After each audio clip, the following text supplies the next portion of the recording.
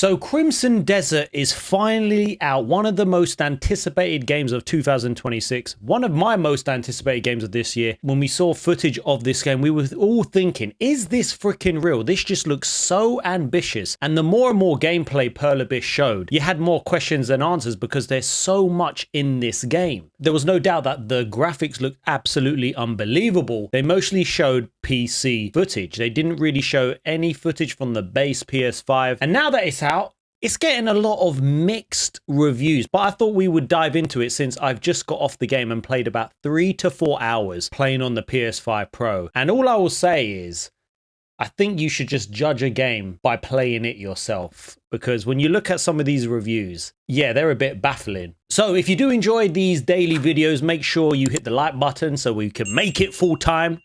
Let's go. So anyway, I've just put in about 4 hours of this game, and I'm not going to lie, I was a bit concerned because I looked at a few reviews. I didn't really look at too many, but I looked at a few more so brushing over the game. A lot of people were really excited. They thought it was an amazing game. It doesn't hold your hand, and people were praising that. But then there were other people who, or other reviewers, shall I say, the ones that we don't really listen to, IGN, that absolutely dislike the game. Now, in terms of performance, I'm playing on the PS5 Pro, so some of the footage I'm showing, the first 3 to 4 hours of the game, probably 3 hours, I was simply amazed by the graphics of this game.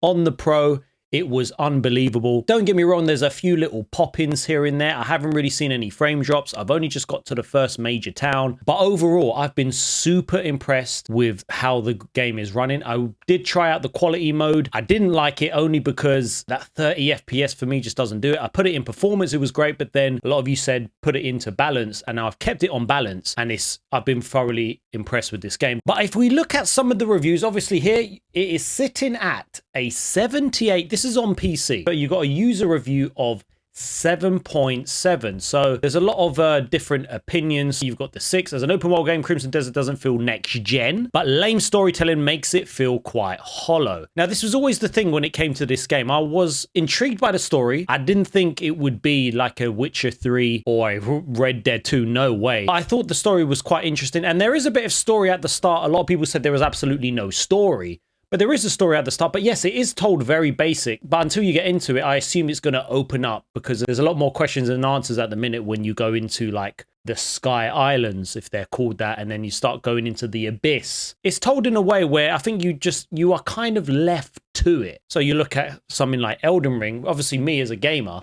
as a casual gamer, I would say, you know, I wasn't really following the story of Elden Ring, but there's a lot of lore and there's a lot of story in there if you find it. It's not going to be like an Uncharted where there's a lot of cutscenes and there's a lot of emotion, and you're following this kind of linear path. But obviously you've got mixed ones here. You've got Crimson Desert is an ambitious open world RPG that successfully blends fast-paced combat, deep gameplay systems, and vast living world into one cohesive experience. Despite a sometimes confusing narrative, a few frustrating encounters, its depth, technical performance, and sheer amount of content makes it one of the most impressive releases of the year, and a strong contender of Game of the Year. And that's the thing, like, I'm taking my time at the start of the game. I'm taking my absolute time. I've actually got a notepad here, because I figured, you know what, I need a notepad, because I think it's more so for the combat. There's, you know, you don't need it for any of the story, which I thought I would, and characters and missions, because you have a diary. It's just for the controls, because as I've started unlocking them, I'm writing them down so I kind of remember what these are. This just comes back to the saying of like mainstream media. Like IGN, I have to say, are one of the most inconsistent, one of the most worst reviewed sites ever. I don't know who's running that flipping show, but they're an absolute joke when you come to think about it. Now, obviously you look at Black Myth Wukong, for example, when that came out, that got a lot of backlash from IGN because they're idiots and they don't know what they're doing. 81 that got, obviously that got an 8.2 on there. So I'm looking at it like 78.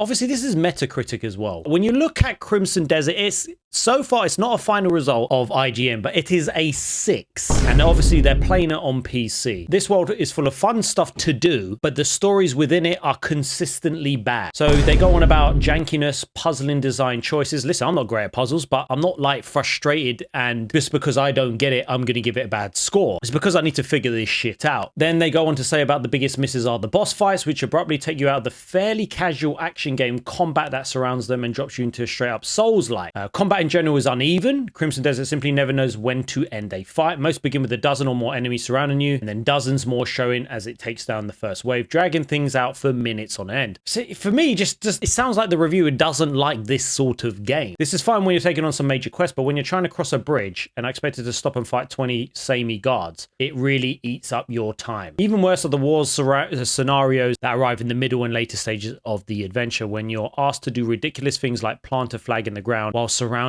by dozens and dozens of enemies, completely unable to defend yourself while you slowly move a giant banner across the battlefield. It just sounds like they're not very good at this sort of game, because I'm sorry, you take RGM for what they are. Dustborn, they gave this a 7 out of 10. They gave this a 7 out of 10, and I don't care who's reviewing it if they're terrible. Dustborn brings angst to comic book caper about an alternative reality America, and you'll get an emotional ride with a few exciting punk performances if you stick with it through a slow start. They gave flipping Dragon Age the Vilgar a 9. Oh, come on! Refreshes and reinvigorates this storied series with enjoyable action combat, a fantastic cast of companions, and moving character writing. And we all know about the characters in this game, and it's made by this guy, Liana, who's obviously a dude. They gave Concord a flipping 7 out of 10. Oh, come on! A game that got shut down after 2 weeks. They gave Black Myth Wukong an 8 out of 10, which I would argue that is probably a 9 or maybe a 10. But my point is, when it comes to some of these reviews to these games nowadays, you can't actually take them for what they are anymore. They all have like an agenda, mainly the main ones. And even like you got Polygon, after 20 hours of Crimson Desert's massive open world, hasn't shown me a single interesting thing.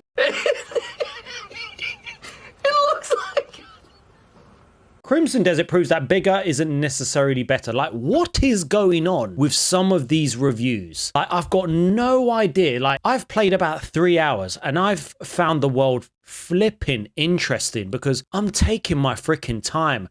I'm doing little quests like gathering wood, gathering minerals for side quests, speaking to NPCs, finding these interesting places, finding this trap door, which leads to, you know, me giving money to a beggar, led to him giving me a key, then led to something else. And yes, at the minute, I haven't updated anything in regards to the combat, but the combat is quite snappy because I know Spawnwave did a review saying that on the base PS5, the input lag, there was a bit of input lag and he showed it. But obviously, I'm just judging it by the PS5 Pro, and it is frustrating that people with the base PS5, that you've got these games that are kind of struggling. Maybe it's because it's made for PC first. Obviously, you've got games like Death Stranding 2, amazing game, runs absolutely amazing on the PlayStation 5. You've got games like Black Myth Wukong. I know I was playing on the base PS5 and I really enjoyed it and it's only got better. But it just begs the question with these reviews. All I would say is just judge the game for what you want. See some gameplay. Now, I've put about 3 hours on my live stream. You know, people are watching it and then they can kind of base it off that, because I was going into that game. I was going in, I read some reviews. Some of them were very positive, but then others, I was like, man, am I not going to like the start of this game if some people say that it's very slow to start? I don't mind slow starts. That's just me. I don't mind slow starts at all, because for me, that's where the love comes from a game. Like you look at Red Dead 2, there's so much you can be distracted on. I've got so distracted with the side quests and the story that I love that. I love Days Gone because it's such a slow start. Like, I don't mind it. If you don't like those sort of games, yeah, you might not like this. If you like a strict narrative-driven game, not an open world, like, listen, I'm going to try and be up all night. I've got work tomorrow early, but I'm going to be up all night. I'm going to just try and play this through, and I'm not going to rush this through. I'm going to play this. I'm going to put out first impressions eventually within the next maybe few weeks. Then I'll wait to do a review. I don't like being like some of these reviewers where they rush the game to then get a review out. And I don't know how much are they playing and how fast are they playing to get the review out? Because let's be honest, that's what they want to try and do. When did they get these codes, or when did they get these review codes? For me, the love of a game is where if you're excited for it, you play it, you love it, great. That's all that matters. And for me, I'm just so excited. And so far, I know it's very early, and people have said it only gets better, but I'm loving it that much. I can't wait to dive into more. But It just makes you think with some of these reviews, what is going on? Don't listen to reviews. Find a YouTuber who's maybe impartial, or someone you like, or someone you like who's honest, maybe likes this sort of genre with open world games, maybe story-driven games. If you love live service games and you're looking at a reviewer to review this, they might not like this. With Crimson Desert already, the game has just come out and it's already got 2 million sales. So what does that say within a day? This could hit 3 to 4, 5 million within the next few weeks. I think it will, because if people love it that much, the only thing is like the performance on the base PS5, which sounds disappointing, but who knows? So what do you think about Crimson Desert? Are you going to buy it? Have you seen some gameplay? What do you think about the game? Drop your thoughts in the comments and let me know.